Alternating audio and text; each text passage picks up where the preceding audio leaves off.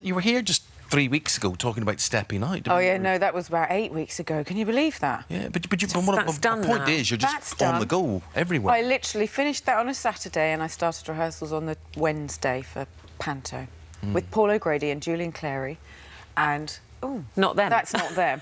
No. Oh, look, there I am. And all those lovely boys and girls in the dance. I mean, it's an extravaganza. It's not actually... It doesn't feel like a pantomime. It feels like a musical. It's huge. Well, £3 million huge. Yes! They're spending on this. That's just what they're paying me. No, I'm joking. Paul O'Grady's just spat his tea out. Yes, exactly. I have to say, it is the funniest thing. Julian Clary and Paul O'Grady in the same room is really bad. We're not getting any And you're a work terrible done. giggler. I'm a really bad giggler, and I'm also quite as potty-mouthed as they are. Oh, so it's... Nigel But Havers it is for children, there. this. Nigel Havers is worse than those he's two. bringing some class to the proceedings. He's a terrible giggler, but He's he is. brilliant, though. Yeah. And Paul Zerden is there, who won America's Got Talent. Yes. I mean, it's just Lee Mead. And was it the cast that made you say yes? Because you haven't done panto for a long time. Oh, You said you want to be at home at Christmas. Yeah, I did panto, I think, when I first left drama school, like 20 years ago. I was actually Cinderella, you were right. Yeah. I'm way too old to be that girl now. But it was 20 years ago, and they made me this offer, and it was at the Palladium, that was the thing. The Palladium and the cast. Well, I remember the days God. when the Palladium panto would have been on television. Yes. And you'd have had Cliff Richard or Cilla Black or whatever starring it, and that would have been broadcast live on the telly. Amazing costume. Oh, isn't it amazing? Or costumes. I've read you've got lots. Oh, I've got loads. It's not the standard Fairy Godmother. My dress gets ripped off and I do a huge tap dance in the middle of it. That doesn't normally happen to the Fairy Godmother. I know, there are tickets still available then. Something for the dads. No, there's a really, really clever man called Hugh Durrant. He made loads of costumes for this, and he does stuff for Cher and, you know, really, really camp over-the-top stuff. So it's amazing. We're flying. I'm actually flying.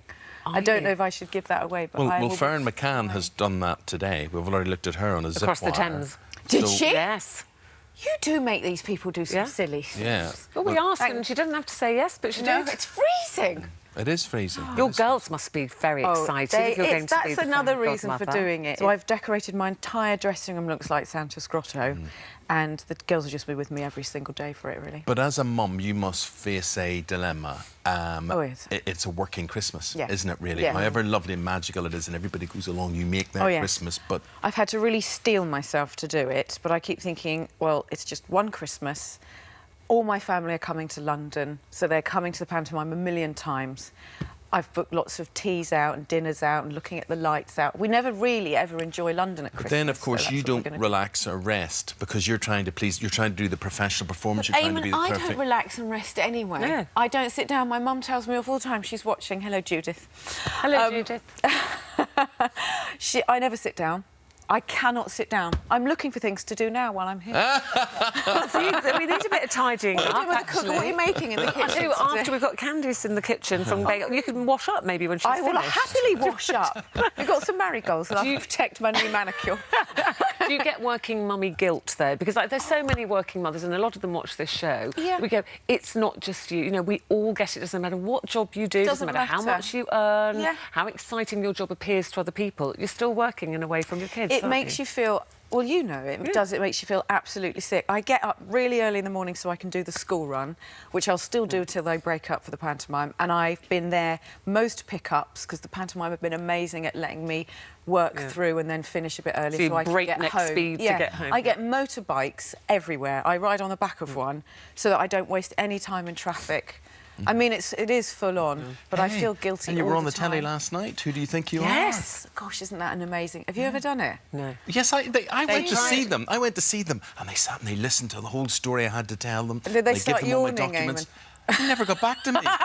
They might still be searching because it took years to do yours. They asked me 10 years ago would I be part of it, and I said absolutely yes, because my mum had been researching forever. And this is a story that I now am fiercely going to back because it's the biggest maritime disaster ever. It's bigger than the Titanic. The Lancasteria was blown up in France, and Winston Churchill sat on it because he didn't want morale to be even worse because it was the day that France surrendered to Germany. And 6,000 plus people died on board.